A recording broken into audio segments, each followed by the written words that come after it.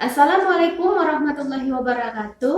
Apa kabar anak-anak ibu semua? Semoga dalam keadaan sehat walafiat. Nah, bertemu lagi dengan saya Sri Ningsih dalam bidang studi biologi. Nah, pada pertemuan minggu kali ini materi kita mengenai tentang metode ilmiah. Nah, dalam materi metode ilmiah di sini kita akan membahas masalah tentang ciri-cirinya, unsur, kemudian syarat, tujuan dan langkah-langkahnya. Nah, untuk itu kita lanjut saja ke pengertian metode ilmiah. Ilmu kimia menjawab banyak permasalahan berdasarkan eksperimen dan penalaran akal sehat. Nah, eksperimen yang dilakukan harus sistematis dan logis. Oleh karena itu, diperlukan suatu metode standar dalam pelaksanaannya, maka digunakan metode ilmiah. Metode ilmiah itu merupakan suatu prosedur atau cara pemecahan masalah dengan menggunakan langkah-langkah yang telah tersusun secara sistematis. Nah, langkah-langkah tersebut dilaksanakan melalui konsep dasar berpikir ilmiah, yaitu analitis, logis, objektif, kemudian konseptual, dan empiris. Metode ilmiah itu memiliki ciri-ciri keilmuan, yaitu rasional, yaitu sesuatu yang masuk akal dan terjangkau oleh penalaran. Nah, kemudian yang kedua, empiris, yaitu menggunakan cara-cara tertentu yang dapat diamati dengan menggunakan panca indera.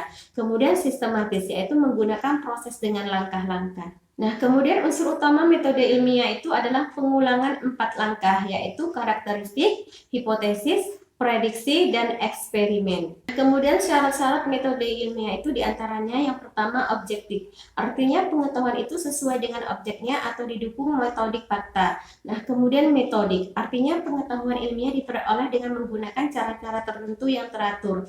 Kemudian sistematik. Artinya pengetahuan ilmiah itu tersusun dalam suatu sistem, tidak berdiri sendiri satu dengan yang lain. Nah, kemudian universal. Artinya pengetahuan itu tidak hanya berlaku atau dapat diamati oleh seseorang atau beberapa orang saja, tetapi semua orang melalui eksperimentasi yang sama, yang mana akan memperoleh hasil. Nah, tujuan metode ilmiah yang pertama meningkatkan keterampilan dan mengorganisasikan dan menyajikan fakta secara sistematis.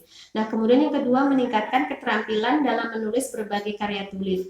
Kemudian yang ketiga meningkatkan pengetahuan tentang mekanisme penulisan karangan. Nah, kemudian kita lanjutkan ke langkah-langkah metode ilmiah. Nah, langkah-langkah metode ilmiah itu yang pertama, merumuskan masalah. Nah, langkah pertama dalam melakukan suatu penelitian adalah merumuskan masalah. Nah, hal ini bertujuan untuk memperjelas masalah yang akan dipecahkan. Perumusan masalah dilakukan dengan mengajukan serangkaian pertanyaan yang berkaitan dengan permasalahan.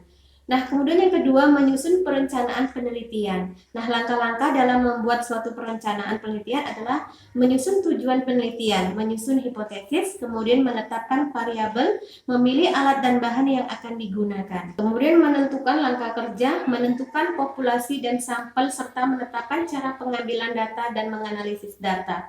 Nah, kemudian yang ketiga, melakukan penelitian. Nah, penelitian diawali dengan kegiatan pengamatan. Pengamatan dapat dilakukan secara langsung atau observasi kualitatif, dan pengamatan tidak langsung atau observasi kuantitatif. Untuk menguji hipotesis yang telah dibuat, kita perlu melakukan penelitian melalui percobaan yang sesuai dengan rancangan percobaan yang disusun sebelumnya. Berlatih menggunakan peralatan percobaan merupakan cara belajar yang efektif untuk mengurangi kesalahan kerja.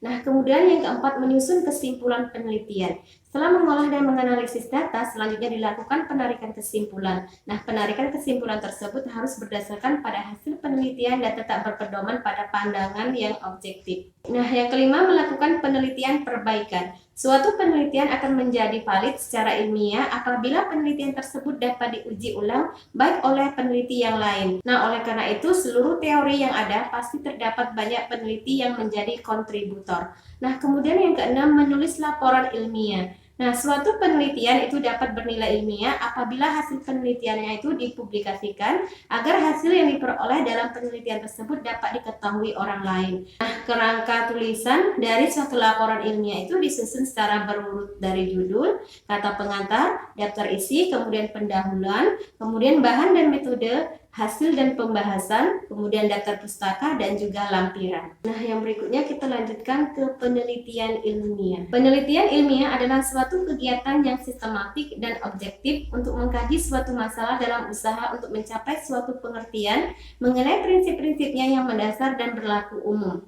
Nah, penelitian yang dilakukan berpedoman pada berbagai informasi atau yang terwujud sebagai teori-teori yang telah dihasilkan dalam penelitian-penelitian terdahulu, dan tujuannya adalah untuk menambah atau menyempurnakan teori yang telah ada mengenai masalah yang menjadi sasaran kajian. Nah, penelitian ilmiah adalah penelitian yang dilakukan untuk memberikan kontribusi terhadap ilmu pengetahuan dengan mengumpulkan data, interpretasi data, dan evaluasi data secara terorganisir dan sistematis. Nah, secara umum ada 4 tujuan utama penelitian ilmiah, yaitu eksploratif atau penemuan, menemukan sesuatu yang baru dalam bidang tertentu. Kemudian verifikatif, yaitu menguji kebenaran sesuatu dalam bidang yang telah ada. Nah, kemudian developmental, yaitu mengembangkan sesuatu dalam bidang yang telah ada.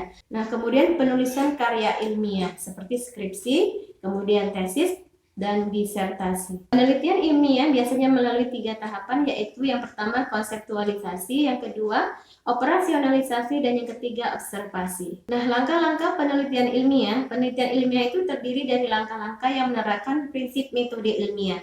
Nah, langkah-langkah yang harus dilakukan selama melakukan penelitian ilmiah itu adalah, nah, yang pertama mengidentifikasi dan merumuskan masalah, kemudian yang kedua melakukan studi pendahuluan, kemudian merumuskan hipotesis, kemudian mengidentifikasi variabel dan definisi operasional variabel, nah, kemudian menentukan rancangan dan desain penelitian, kemudian menentukan dan mengembangkan instrumen penelitian, menentukan subjek penelitian, kemudian melaksanakan penelitian dan melakukan analisis data. Nah, kemudian merumuskan hasil penelitian dan pembahasan, kemudian menyusun laporan penelitian dan melakukan diseminasi. Nah, itu tadi penjelasan mengenai tentang metode ilmiah. Semoga bermanfaat. Wassalamualaikum warahmatullahi wabarakatuh.